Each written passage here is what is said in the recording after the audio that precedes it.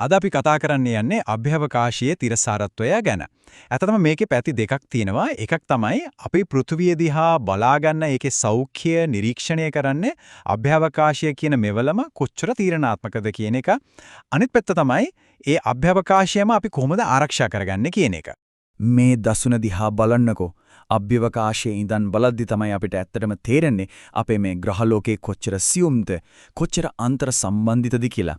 මේ නිල් මාබල් එක ඇත්තටම හරිම බින්දන සුළුයි. අන්න ඒ නිසා තමයි දේශගුණික ක්‍රියාමාර්ග ගැන කතා කරද්දි මේ දෘෂ්ටි කෝණය මෙච්චරම තීරණාත්මක වෙන්නේ.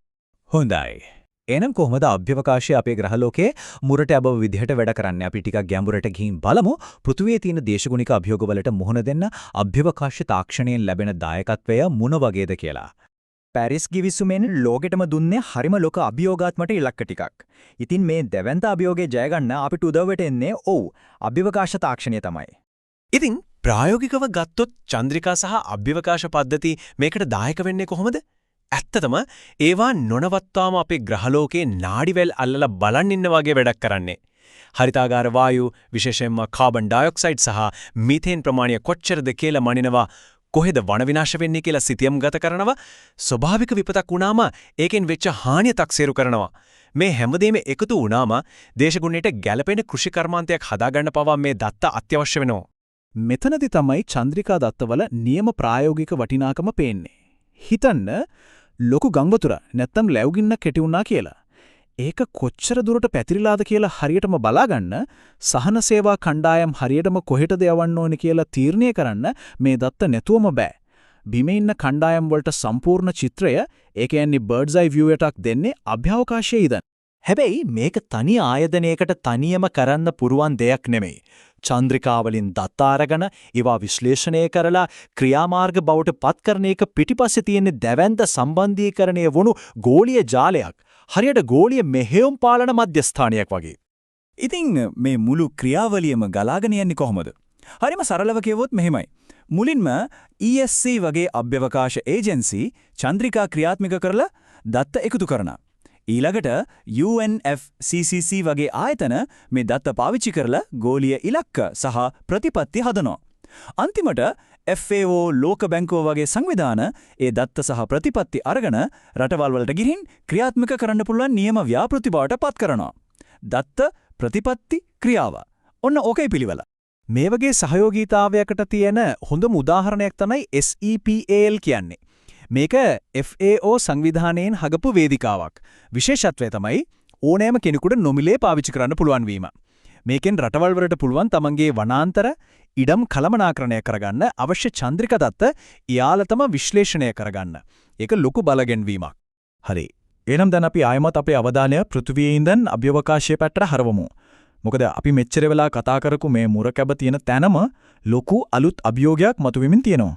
අභ්‍යවකාශයට යන විදිහත් කාලයත් එක්ක කොච්චර වෙනස් වෙලාද බලන්න. ඇපලෝ කාලේ ඒක හරියට ලොකු ට්‍රිප් එකක් යද්දී කෑම බීම බඩු මුට්ටු ඔක්කොම එකපාර පටවගෙන යනවා වගේ වැඩක්.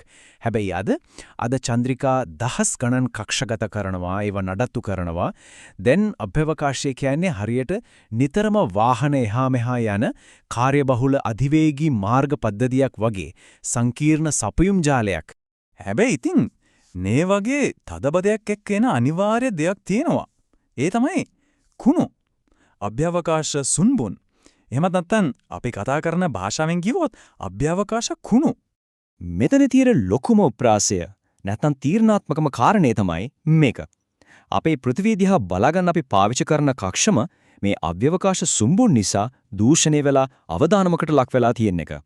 ඒක හරියට අපේ ආරක්ෂාවට හදාගත්ත මුරටැබ තියෙන බිමම සෝදාගෙන යනවා වගේ වැඩ. හැබැයි ඉතින් මේ අභියෝගයට විසඳුම් නැතුවම නෙවෙයි. දැන් අපි බලමු පහළ පෘථිවි කක්ෂය පිරිසිදු කරලා අභ්‍යවකාශය කියන මේ අන්තිම සීමාව තිරසාරව පාවිච්චි කරන්න ගන්න උත්සාහයන් ගන්න. මේකට තියෙන ප්‍රධානම තාක්ෂණික විසඳුම තමයි Active Debris Removal. කෙටියෙන් කිව්වොත් ADR. සරලවම කිව්වොත් මේක හරියට අභ්‍යවකාශයේ වැඩ කරන කුණු ලොරියක් වගේ. රොබෝ යානයක් අභ්‍යවකාශයට ගිහින් වැඩකට නැති පරණ චන්ද්‍රිකාවක් හරි ලොකු සුන්බුන් කෑල්ලක් හරි අල්ලගෙන ඒක පාලනයකින් යුතුව පෘථිවි වායුගෝලයට ඇදලා දානවා. එතකොට ඒක පිච්චිලා යනවා. මෙතනින් අපිට නූතන අභ්‍යවකාශ සපයුම් වල පැති දෙකම පැහැදිලිව පේනවා. එක පැත්තකින් අලුත් චන්ද්‍රික කක්ෂයට යවනවා. ඒ කියන්නේ අලුත් වත්කම් යොදවනවා. අනිත් පැත්තෙන් පරණ වැඩකට නැති දේවල් අයින් කරනවා. ඒ කියන්නේ පිරිසිදු කරනවා. මේ දෙකම එකම කාසිය දෙපැත්ත වගේ. එකම අභියෝගයේ කොටස්. හැබැයි හිතනතර ලේසි නෑ මේ වගේ ADR මෙහෙයුමක් සැලසුම් කරන්න එක. ඒක හරිම සංකීර්ණයි. ඒකට හැමදේම මිලිමීටරයට ගණන් බලන්න පුළුවන් ඊටාම නිවැරදි අනුහුරු කරන එක. කියන්නේ සිමුලේෂන්ස් කරන්න පුළුවන් ප්‍රබල මෘදුකාංග ඕන වෙනවා. TCAT කියන්නේ අන්න ඒ වගේ මෙවලමක්. ඉතින් මේ TCAT කියන මෘදුකාංගය කොච්චර නිවැරදිද කියලා එයාලා තහවුරු කරගත්තේ කොහොමද? එයාලා කරේ දශක ගානකට කලින් කරපු Apollo 11 චන්ද්‍ර මෙහෙයුම මේ මෘදුකාංගය පාවිච්චි කරලා ආයමත් අනුහුරුකරණය කරලා බැලුවා. ඊට පස්සේ ප්‍රතිඵල ඇත්ත Apollo 11 දත්තය එක්ක සසඳලා බැලුවා. මේ බලන්න සර්විස් ඇන්ඩ් කමාන්ඩ් මොඩියුල් එකේ ස්කන්ධය එයාලා ගණනය කරලා තියෙනවා 1% කටත් වඩා අඩු වෙනසකින්. අනිත් කොටස් වල වෙනස ඊටාම පොඩි.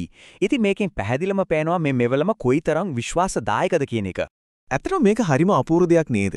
දශක ගානකට කලින් මනුෂ්‍යත්වයේ සඳට අරන් ගිය ඒ මූලික ඉංජිනේරු මූලධර්මම අද පාවිච්චි වෙනවා අපේම ගෙවත්ත. ඒ කියන්නේ පෘථිවිය වටේ තියෙන කක්ෂය පිරිසිදු කරන්න. ඉතිහාසය අනාගතය සුරකින්න උදව් කරනවා.